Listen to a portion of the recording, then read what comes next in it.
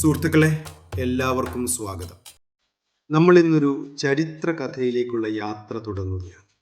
2500 വർഷം പഴക്കമുള്ള ഒരു കഥ. ലോകം അതുവരെ കണ്ടിട്ടില്ലാത്ത ഒരു തുടക്കത്തിൻ്റെ കഥ. എവിടെയാണ്? മഞ്ഞും മണലും നിറഞ്ഞ ഒരു പീഠഭൂമി.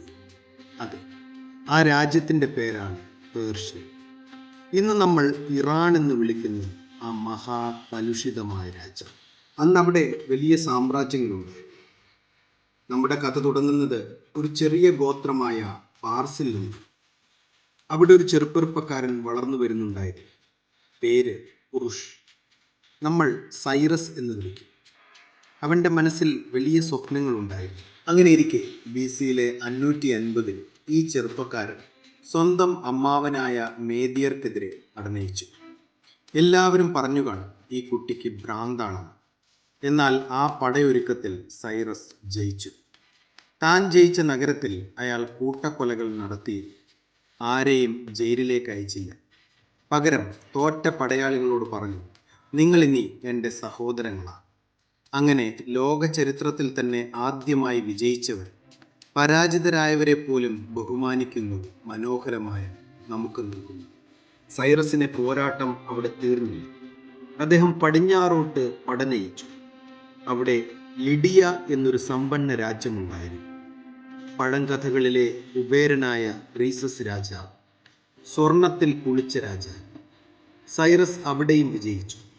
അയാൾ ക്രീസസിനെ കൊല്ലാതെ ജീവനോട് വിട്ടയക്കുകയും സ്വന്തം ഉപദേശകനാക്കി നിയമമിക്കുകയും ചെയ്തു. നോക്കൂ, ജയിക്കുന്നവൻ എതിരാളിയുടെ കഴുത്തറുക്കുന്ന കാലത്ത് ഈ മനുഷ്യൻ അവരെ ചേർത്തു നിർത്തുന്നു. സൈറസ് അടുത്ത പടയോട്ടം നയിച്ചത് ബാബിലോൺ നഗരത്തിലേക്കായിരുന്നു. ലോകത്തിലെ ഏറ്റവും വലിയ നഗരം. കൂറ്റൻ മതിലുകൾ, തൂങ്ങുന്ന പൂന്തോട്ടം. സൈറസിന്റെ സൈന്യം ബാബിലോണിന് മുന്നിലെത്തി. യുദ്ധം വേണ്ടി വന്നു. ബാബിലോണിലെ ജനത തന്നെ കവാടം തുറന്നു കൊടുത്തു. കാരണം അവർ കേട്ടിരുന്നു, ഈ മനുഷ്യൻ വ്യത്യസ്തനാണ്.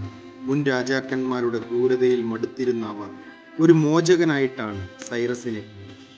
ബാബിലോൺ നഗരത്തിൽ ജെറുസലേമിൽ നിന്നും പിടിച്ചു കൊണ്ടുവന്ന പതിറ്റാണ്ടുകളായി അടിമകളാക്കപ്പെട്ട ഒരു ജനതയുണ്ടായിരുന്നു, യഹൂദർ. സ്വന്തം നാട്ടിൽ നിന്ന് പിഴുതെറിയപ്പെട്ടവർ. സൈറസ് അവരെ വിളിച്ചു പറഞ്ഞു, നിങ്ങൾ ഇനി മുതൽ സ്വതന്ത്രരാണ്. നിങ്ങൾക്ക് നിങ്ങളുടെ സ്വന്തം രാജ്യമായ ജെറുസലേമിലേക്ക് തിരികെ പോകും. നിങ്ങളുടെ ദേവാലയം പുനർനിർമ്മിക്കും. ഇതാ അതിനുള്ള പണവും സഹായവും. ഇങ്ങനെയൊരു കാര്യം ലോകം അതിനു മുമ്പ് കേട്ടിട്ടില്ല. ഈ വാഗ്ദാനങ്ങളെല്ലാം അയാൾ ഒരു ചെറിയ കളിമൺ പീരങ്കിയിൽ എഴുതി വെച്ചു. ഇന്ന് നമ്മൾ അതിനെ സൈറസ് സിലിണ്ടർ എന്ന് വിളിക്കുന്നു.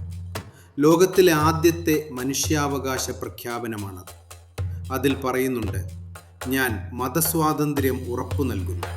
എൻ്റെ രാജ്യത്തിൽ ആരും ഭയക്കേണ്ടതില്ല. ഒരു ചക്രവർത്തി തൻ്റെ പ്രജകൾക്ക് സ്വാതന്ത്ര്യം നൽകിയ രേഖ. ഇന്ന് ബ്രിട്ടീഷ് മ്യൂസിയത്തിലിരിക്കുന്ന ആ ചെറിയ വസ്തു ഒരു ലോകക്രമത്തിൻ്റെ തന്നെ അടിത്തറയായാണ് എല്ലാവരും കാണുന്നത്. സൈറസ് തൻ്റെ തലസ്ഥാനം പണിതത് പാസർഗാഡയിലായിരുന്നു. അവിടുത്തെ കൊട്ടാരം ഭീമാകാരമായിരുന്നില്ല. പക്ഷേ ആ കവാടത്തിൽ എഴുതി വച്ചിരുന്നു, ലോകത്തിലെ അന്നത്തെ എല്ലാ ഭാഷകളിലും, ഹേ മനുഷ്യരെ, ഞാൻ സൈറസ് ഈ സാമ്രാജ്യം സ്ഥാപിച്ചത്. എൻ്റെ ഈ ശവകുടീരത്തിന് മുകളിലിരുന്ന് ആരും തന്നെ അസൂയപ്പെടരുത്. സൈറസ് BC 530 ഒരു യുദ്ധത്തിൽ മരിച്ചു. പക്ഷേ അയാൾ സൃഷ്ടിച്ച ആശയങ്ങൾ മരിച്ചില്ല. ഒരു വാളിനേക്കാൾ മൂർച്ചയുള്ളത് മനുഷ്യൻ്റെ മാന്യതയാണെന്ന് അയാൾ ലോകത്തിന് പഠിപ്പിച്ചു കൊടുത്തു. പേർഷ്യൻ സാമ്രാജ്യത്തിൻ്റെ യഥാർത്ഥ കരുത്ത് വാളിലായിരുന്നില്ല, മനുഷ്യരുടെ ഹൃദയങ്ങളിലായിരുന്നു. പ്രിയ കേൾവിക്കാര, ഇതൊരു തുടക്കം മാത്രമാണ്. സൈറസ് കെട്ടിപ്പൊക്കിയ ഈ സാമ്രാജ്യത്തിന് താമസിയാതെ ഒരു അധികാരിയെ വേണ്ടി വന്നു, ഒരു ഭരണതന്ത്രത്തെ. അടുത്ത എപ്പിസോഡിൽ ദാരിയൂഷ് എന്ന ആ മഹാമനുഷ്യൻ്റെ കഥ കേൾക്കാം. അയാൾ ഒരു സാമ്രാജ്യത്തെയും അവിടുത്തെ ജനതയെയും കൊണ്ടുപോയ കഥ.